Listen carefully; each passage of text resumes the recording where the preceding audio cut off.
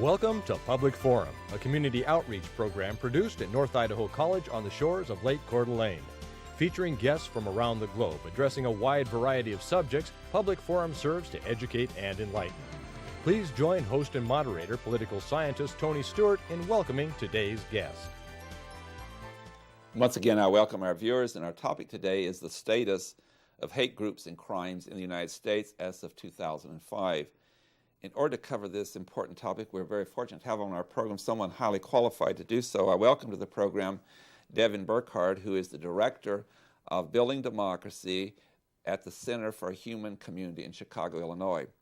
Our guest has been with that organization for the past 8 years, and prior to that, he was on the staff of the Coalition for Human Dignity on the West Coast. Devin, it's a great pleasure to have you here. We appreciate it very much, and we know that you lived in Spokane, and that also you got your baccalaureate degree in political science and history from Western Washington University, so you're back home. It's a wonderful opportunity to be back here. Thank you so much for having me. Well, thank you for being here, and I'm so pleased to have our regular panelist, Erna Reinhardt, who's the Director of Public Relations at North Idaho College, and she will commence today's questioning. Devin, welcome to the show. It's a great honor to have you here with us while you're in town for another conference. Thank you. Share with us how you got started working in the human rights field. We spoke a little bit before the show, and you said it happened while you were in college, and lots of times those are kind of enlightening experiences. Share with our viewers. Oh, yeah, absolutely. What happened? And I was studying at Western Washington University. It happened that a cross burning happened at a migrant labor camp not far outside of Bellingham, and it was that instance which really got me involved and got me galvanized in doing human rights work, made me see the importance of it, and really got me energized and wanted to get more involved. From there, I became active with the Coalition for Human Dignity, interned with them while at the same time helping to lay the foundation for the founding of the Whatcom Human Rights Task Force, and begin not only looking at the situation of dealing with hate groups at a local level, but also beginning to see how it affected communities around the country. And now you are with the Center for New Community in Illinois, and you are celebrating, that organization is celebrating its 10th anniversary. That's right. Yes. Share with us what that organization does. The Center for New Community is a faith-based organization dedicated to community, justice, and equality. I direct our Building Democracy initiative, which really works to counter emerging threats like racism, anti-Semitism, and homophobia, and other forms of anti-democratic activity. You know, those kind of activities that really pose a danger to civil and human rights here in the United States. Great. Again, welcome, Devin. And I do know that in our work that we've done here in our organization, that a component within that of our constituency is the religious community, among others that we work with. And you say, this is faith-based.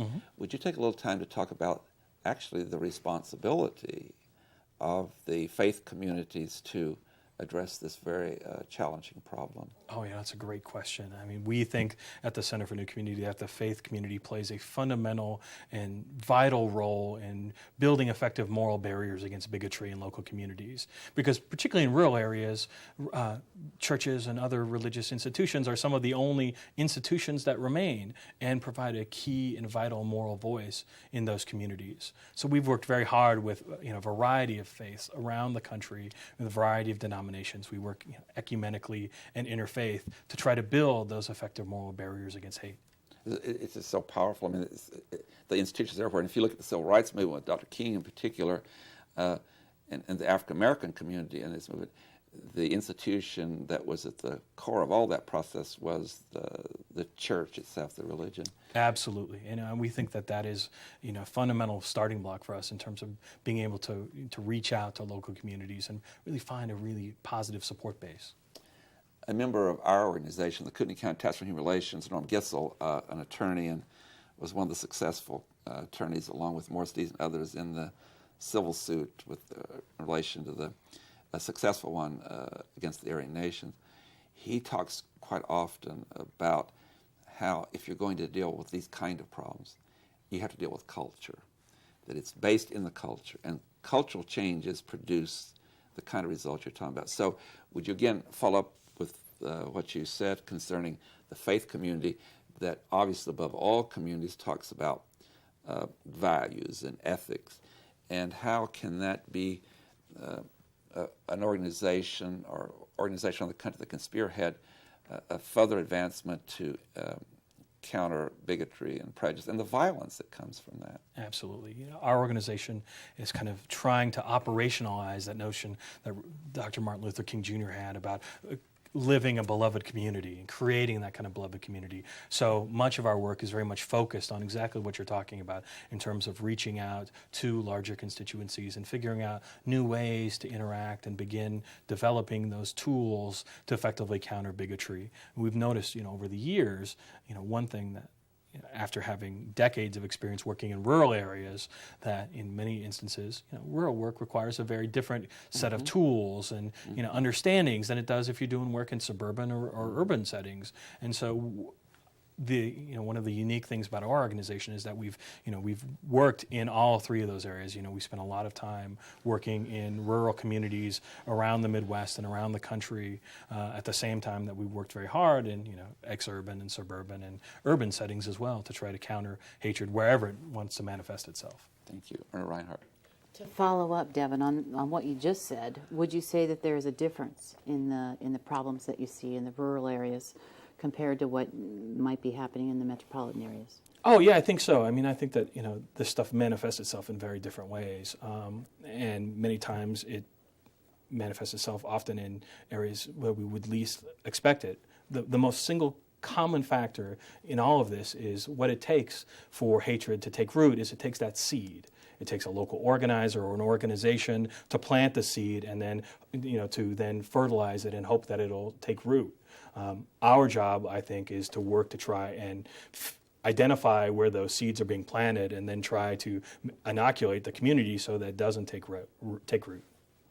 One of the things I know, having worked with Tony so closely with the Human Rights Task Force here in Kootenai County, is the programs that are targeted specifically at youth.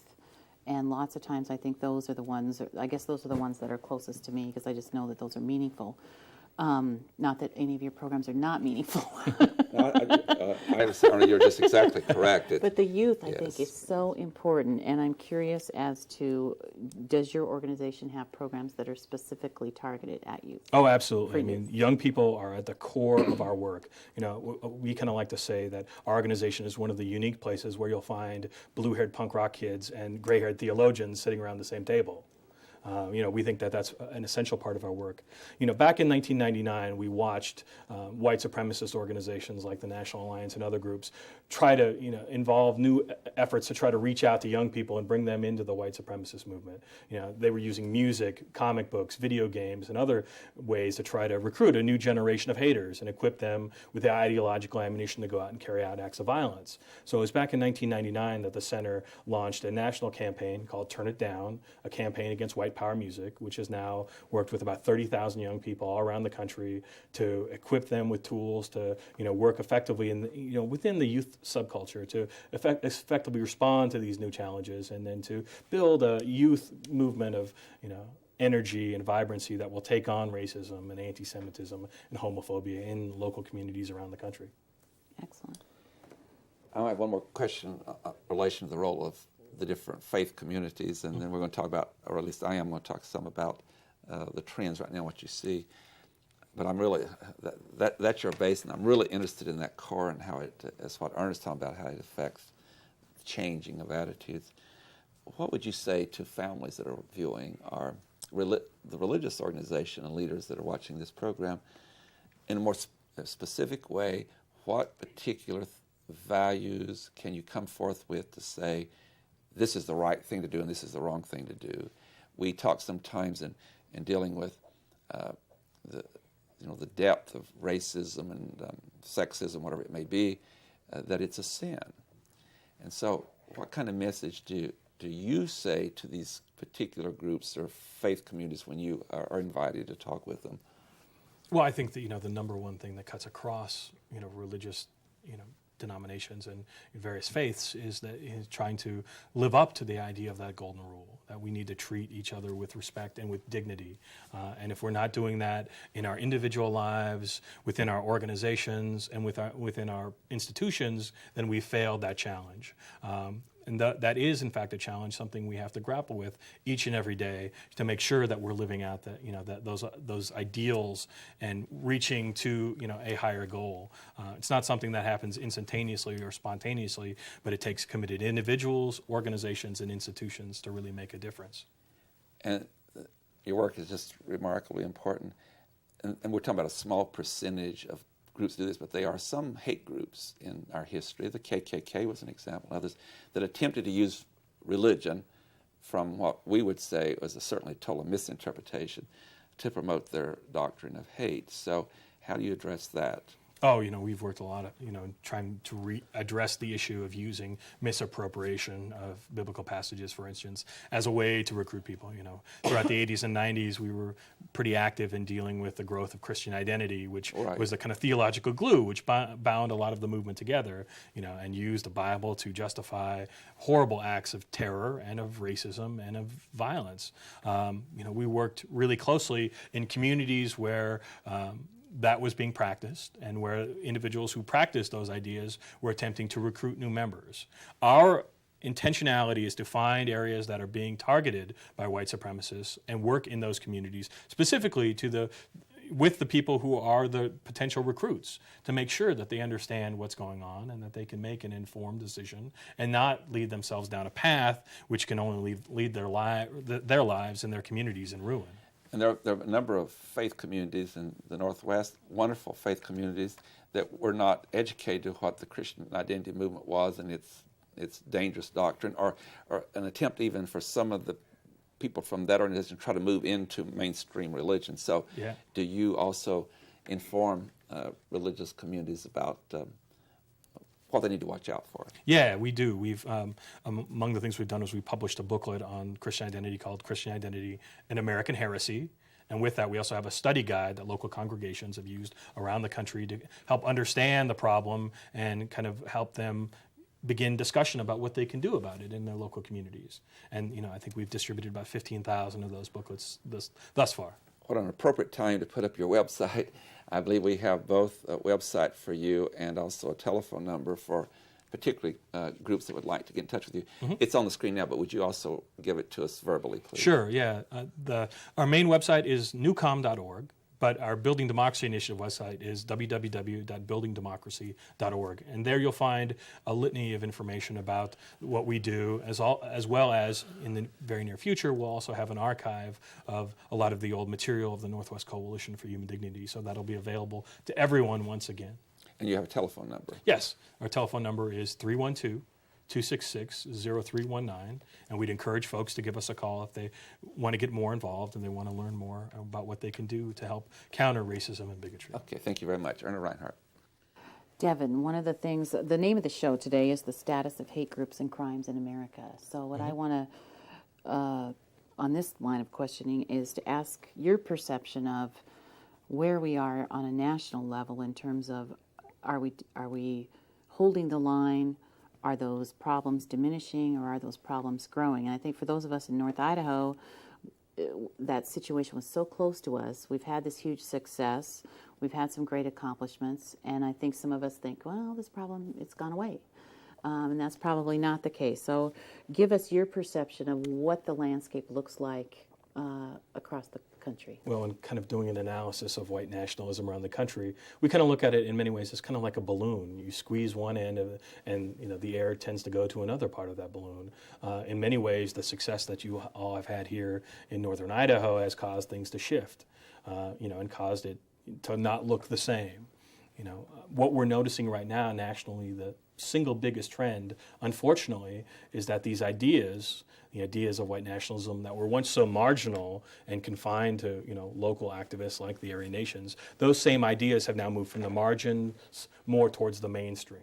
And that poses a lot of problems, both in terms of how we work to counter them, but also in terms of the threats that it poses to our very institutions. And when those ideas of hatred and bigotry can become codified into law, that certainly poses a very serious and grave problem for us. Great. I want to switch gears a little bit. to talk a little bit about homophobia, because that is such a controversial issue, and especially in the faith community. But I think the Matthew Shepard incident just really raised everyone's awareness, and maybe just share with our viewers what your organization is doing with that issue. Oh, sure. I mean, we work, within religious communities all the time, and working to address those issues. Many of the mainline Protestant denominations, for instance, are grappling with these issues and becoming more welcoming and accepting of, people of different sexual orientations. And we are trying to be supportive in any way we can about grappling with those things. And even more specifically, we've spent a lot of time on the ground dealing with hate incidents like the Matthew Shepard thing, which don't get the same kind of attention that have occurred in other places, and trying to help communities within the religious community and outside of it kind of equip themselves, and how they're dealing with that kind of violence, which not only impacts the individual but also rips apart a community that's often left in isolation. I know the Southern Poverty Law Center keeps very excellent data, as well as some other organizations, and I'm sure you have yours, and you rely upon some of them too.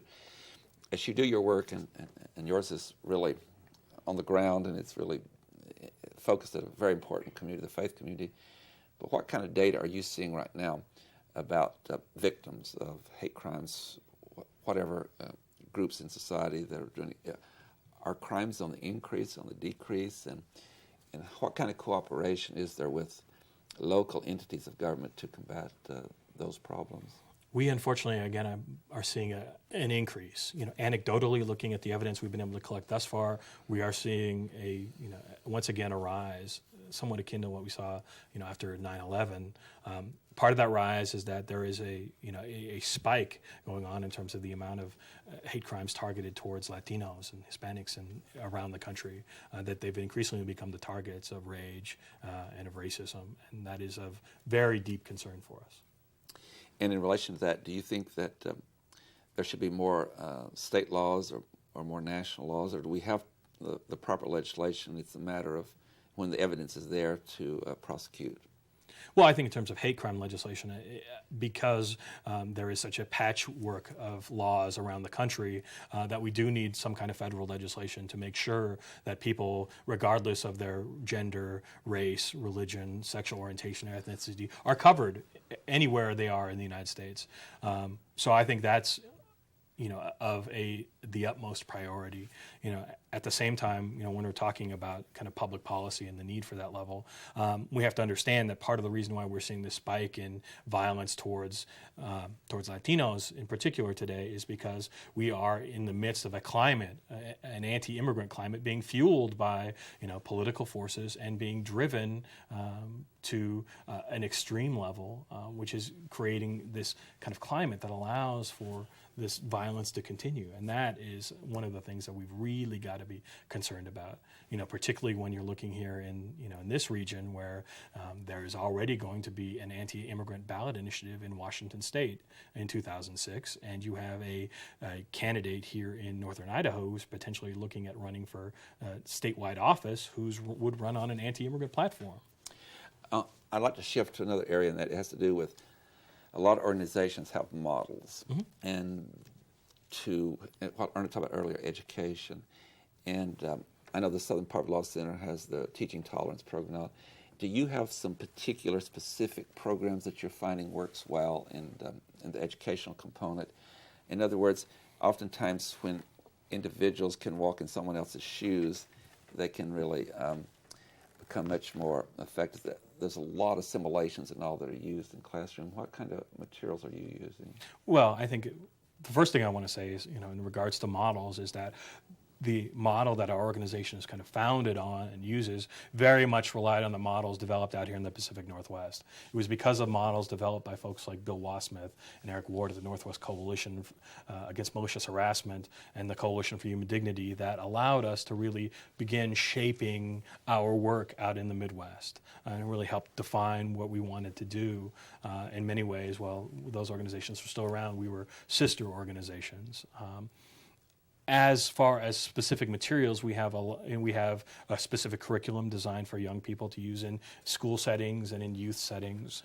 We also have in terms of a model, try to apply a very specific kind of organizing model depending on the community. But we're very intentional about, number one, being on the ground, working with local communities so that they can develop local leadership and making sure that that local leadership has the tools they need to do the work for the long haul so that organizations can exist well beyond a particular crisis. That's one of the things we really learned from out here in the Northwest, and it's amazing to see the Kootenai County group, celebrate its 25th anniversary. Yes, and as Ernest said, part of that is it's been in the field of education. One other question before I go back to Ernest, and that is educators watch too this program and teachers, and what are 3 or 4 points that you could give as advice? I'm thinking of a particular situation where in a classroom something happens, and it's an incident or a statement's made by, say, a student that is very hurtful to some other students of a particular identification in the classroom. What are some advice to teachers of how to deal with those situations when they arise, like in the classroom? Well, in a classroom setting, I think one of the things we've learned most specifically is that it's essential to dialogue about it, to not let those incidences just fester or to assume that they're going to go away automatically. So dialogue, constructive dialogue that doesn't single out anyone is really important. In other words, the worst thing they'll do is that when the incident happens and the educator or the teacher feels so uncomfortable, is just to ignore it and go on. That is not the right thing. That doesn't seem to be a very effective way to utilize the situation. Another thing that we've learned in terms of going beyond the specific incident is working to develop local youth-driven, youth-led organizations within schools who can become a voice for young people. And interestingly enough, a study that looked at some of the youth work we did over a number of years in Chicago, which was recently published, indicates that one of the most important things learned through that project was that those young people need to have support within the institutions. They need a teacher or a faculty member, someone who's going to be there and be their advocate and be their ally, so that they can do the things that they want to do and really help inoculate their peers from racism and bigotry. We've noticed that here in this area with educators. Oftentimes they create organizations like in high schools where when something happens, there's a student organization that becomes involved, become an outline that peer-to-peer is very powerful. Peer-to-peer is very powerful, but then, for that really to have resonance and for it to be sustained, it requires institutional support, at least at some level, whether it be a single teacher or a single faculty member, but it does really help to have that kind of basis. One thing we have observed too, and good, honest people trying to deal with the incident, and they've not got a background in how to deal with that. And oftentimes when someone becomes a victim, the very first thing the victim says is, I don't want to deal with this. And so educators oftentimes say, well, they don't want to deal with it, but that's just a normal first reaction. So educators should not take that as the action that should be taken, that is to ignore it. That's absolutely true. And even more important, I think, for us to understand about that is it's not the victim's responsibility to have to respond to that. It's the responsibility of the rest of the community, to have to deal with that. And that's something that applies whether it be in a classroom or an institutional setting or community-wide. That's a lesson that we really have to take to heart. Ernie Reinhardt. Devin, what would you say the future holds for us? I think ideally it would perhaps be wonderful if organizations like yours, wasn't necessary, but we're not there yet. Where do you see us being maybe in 10, 20 years down the road? Do you think we'll have a different problem to deal with, or do you think we'll always have this? I'd love to wake up and find myself out of a job tomorrow, but I just don't see that happening. I think that, given the kind of, demographic changes that the United States is going through, given, a whole myriad of different social changes that we're also experiencing, we're going to have a lot of challenges ahead for us. As the country becomes more diverse and more multicultural, we need to begin preparing our communities for those changes now so that we're not caught off guard 5-10 years down the road, and suddenly left with, a fertile recruiting ground for white nationalists to come in and try and recruit. We need to be intentional about it. We need to look to the future, and we need to figure out how we can best, redefine who and what America really is, as we're moving into the 21st century. Great.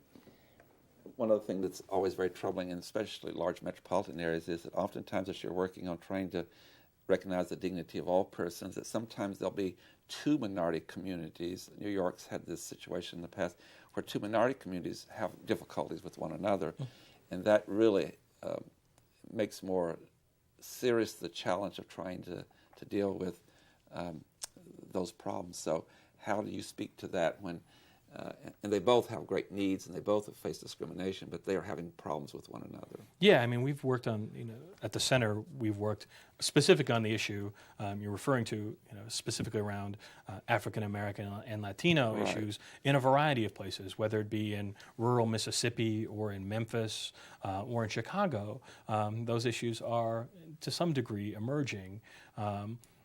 What we try to do is try to figure out areas of common ground, to hold dialogues, to begin, helping people understand, common situations, and also help people understand that a lot of the rhetoric that's being used, particularly around Latinos these days, is being driven by an active anti-immigrant movement, which specifically is trying to use an interpretation of the 14th Amendment, which only seeks to divide.